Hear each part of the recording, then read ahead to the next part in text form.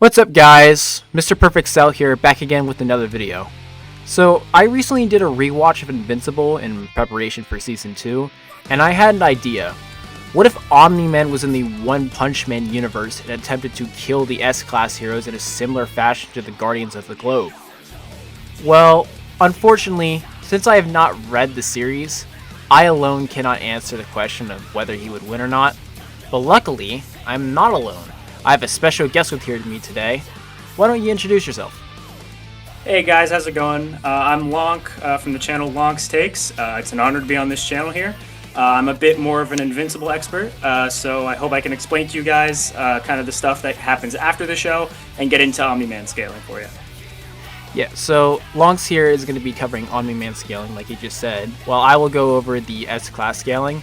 But before that, I want to point out I will not be including Blast in this unless he is absolutely needed, as it better lines up with how he actually acts in the series. So without further ado, I will hand this over to Long so he can scale Omni Man. Alright, so Omni Man, Nolan Grayson, whatever you want to call him. If you want to know his backstory, who he is, why he has powers, and all that kind of stuff, you came to the wrong video. As always, with scaling characters, you need to look at the two stats that essentially define the winner of most crossverse matches like this one: attack potency and speed. The Invincible verse is remarkably consistent with its scale across the story, with many characters that are inferior to Omni Man displaying island to large island level feats either with their technology or just basic physical strength, with a mega tech jacket nuking the United States, or Mark throwing a massive piece of rock past the moon with ease. While this is a nice baseline of consistency to go off of, Omni Man, when it comes to his highest end feats, nothing compares to the infamous feat of the destruction of planet Viltrum. When people scale Omni Man, they often take this feat out of context or just generally misinterpret what is actually happening, so let's break down what Omni Man actually did here. In order to bring an end to the Viltrumite War, Thaddeus devises a plan to completely destroy the home planet of the Viltrumites in order to essentially demoralize the race and force them to surrender. To do this, the alien known as Space Racer needs to shoot his gun through a planet to momentarily destabilize the core and make it vulnerable. In this brief period, Nolan, Thaddeus, and Mark need to perfectly time flying through the planet in order to cause it to explode. While technically, yes, a planet was destroyed by this feat, it is not planetary. Even ignoring the fact that Omni Man did not do this feat alone, it's strongly implied they could not have destroyed the planet if not for Space Racer making it unstable. As Thaddeus says, if they time their attack wrong, they will straight up just die trying. Now, I don't want to downplay this feat. It's much more consistent that this feat means Nolan is multi-continental in power, rather than being a planet buster or something. While the series chapter-wise is only about halfway through the story at this point, no one in the story displays a better feat than this. While characters like Thrag are shown to be evidently more powerful than Thaddeus, Nolan, and Mark, Nolan never scales to Thrag, and the strength difference is never quantified. However, we know the difference isn't actually massive, as characters who have a significant difference in power in the Invincible verse will literally explode when punching someone stronger than themselves. As for speed, the Invincible verse has speed feats that seem to disproportionately outscale its strength. Many have pointed to the defining feat for Omni Man being his ability to fly to a planet in the Virgo supercluster. While a quick Google search says that this is 65 million light years away, the actual Virgo supercluster contains our Milky Way galaxy, meaning that we have no actual clue where this planet actually is within this supercluster of galaxies. So, does this mean Nolan isn't actually massively faster than light? No, but other characters have done less impressive but still incredibly fast feats of interstellar travel. Very early on in the story, Alan the alien flies from outside the solar system to the Earth in approximately 12 minutes, which makes him nearly 70,000 times faster than light. Nolan is significantly faster and more powerful than this version of Alan, but again to an unknown degree.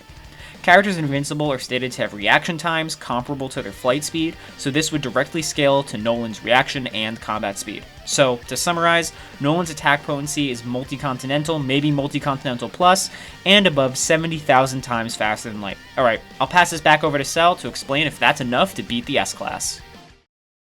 To start things off, I will go over the strength of the S-Class.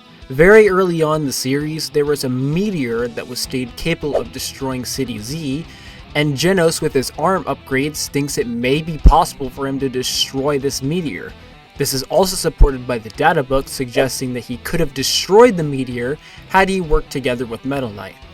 This should mean that Genos with his incineration cannons shouldn't be incomparably weaker than the meteor, implying his power output should be comparable to the energy required to destroy City Z, which has been calculated at large island levels of power. And the Deep Sea King is capable of taking blasts from this Genos directly in his face, with Puri Puri Prisoner, the weakest of the S-Class, being capable of obliterating monsters as strong as Sea King. Of course, this is nothing in comparison to the upper S-Class heroes, as guys like Darkshine can destroy the Deep Sea King with a light touch, according to Murata. The middle of the S-Class should scale far above these guys, as Darkshine and Atomic Samurai with the Sunblade would pop cadres like Gums and Fur Ugly like water balloons, with Darkshine in specific being stated in the databook as having one of the best defenses in the hero world, and Atomic Samurai was able to slice off an arm of the guy who one-shotted Darkshine. So those guys should easily eclipse those levels of power. Finally, there are several heroes who scale to, or just flat out above upper tier monsters like Orochi, who is able to draw energy from the Earth's core to unleash a massive energy attack. There are many calcs of this feat, but on the lowest end, they usually come out to around high multi-continental, but more realistic calculations put this feat anywhere from moon level to even small planetary. But how many heroes actually scale to this? A lot, actually. An obvious contender is Tatsumaki, who literally destroyed Psycho Orochi, who is Orochi fused with Psychos, with having god powers on top of that.